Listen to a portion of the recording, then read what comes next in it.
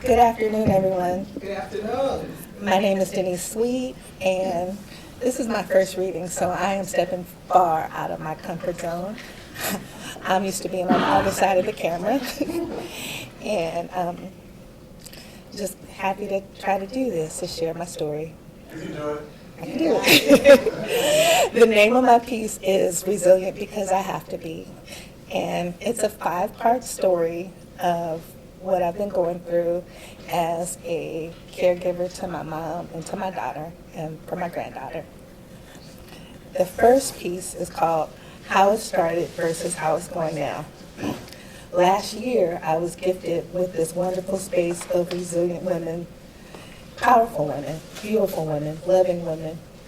This space allowed me to share my journey. The woman was so supportive. I was vulnerable yet comfortable enough to share all of the details related to how my daughter started having seizures when she was a teenager, as well as how our life and our tribulations began.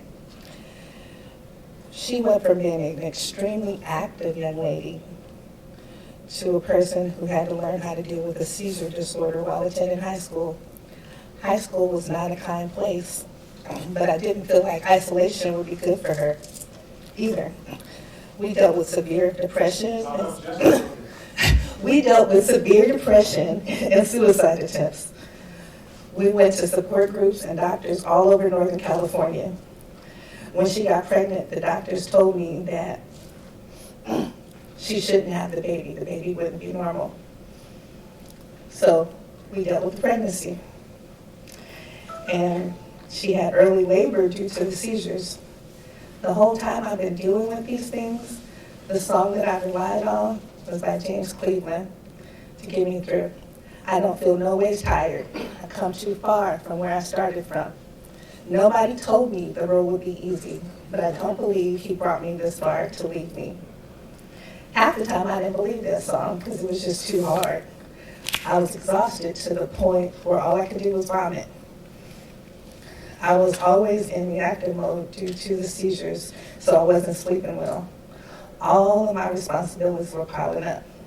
I was divorced and I was trying to keep a corporate job that was stressful due to the workload based on one department supporting a national organization with constant microaggressions that run rampant in a white male-dominated field. There was a lot of mansplaining, a lot of lying, and a lot of tribulations that I had to deal with that job. When my department was laid off during the pandemic, I was sad about losing out on all the good money, but I was relieved due to the burdens lifted. So now my pay is low, but my little family of 3 has never gone without. God is taking care of us.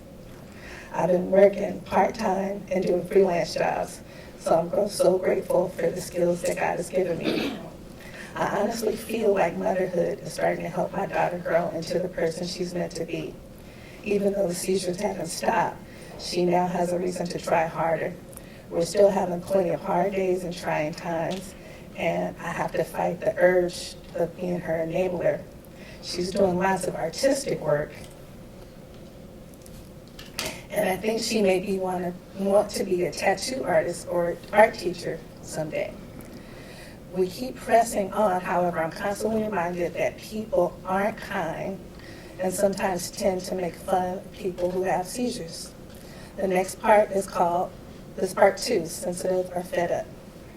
Everyone goes through something, and we all have a cross to bear. In today's society, social media climate, it seems like people are overly sensitive. It's purely subjective because who doesn't love a good comedy unless the joke is on you? Can you think of any time that you may have been kidding and pretended like you were having a seizure? Or you may have just forgot about it and just started shaking? I've seen this done in person or in social media for the last 17 years, about once a week. Before, I didn't notice it because it didn't affect me directly. But since dealing with seizures and fighting to keep my child alive has become normalized, I've become very sensitive. The people who do the shaking and laugh about the shaking just don't know what it's like to sleep with one eye open at night. They just don't know about the stress and the tears. They just don't know about all the times my child has bitten holes and tears in her tongue. They just don't know about the bone fractures and the injuries. They just don't know about the suicide attempts. They just don't know about the emergency room visits. And they just don't know about the near-death experiences. I'm guessing that all of you who do the shaking to be cute or funny have no idea that you're offending anyone and you mean nothing by it. So I hope this helps you to see the other side and empathize.